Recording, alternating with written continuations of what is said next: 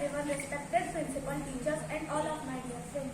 My name is Abdul Hadi. I am in 6th class and I wish you all a very happy Republic Day. Today is 26th January and I wish you all a very happy Republic Day. Today 26th January and we are celebrating 76th Republic Day of our country.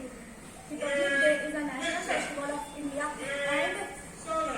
and this is very important day for us. On this day in 1950 the Constitution of India came into force. The Constitution is the supreme law of India.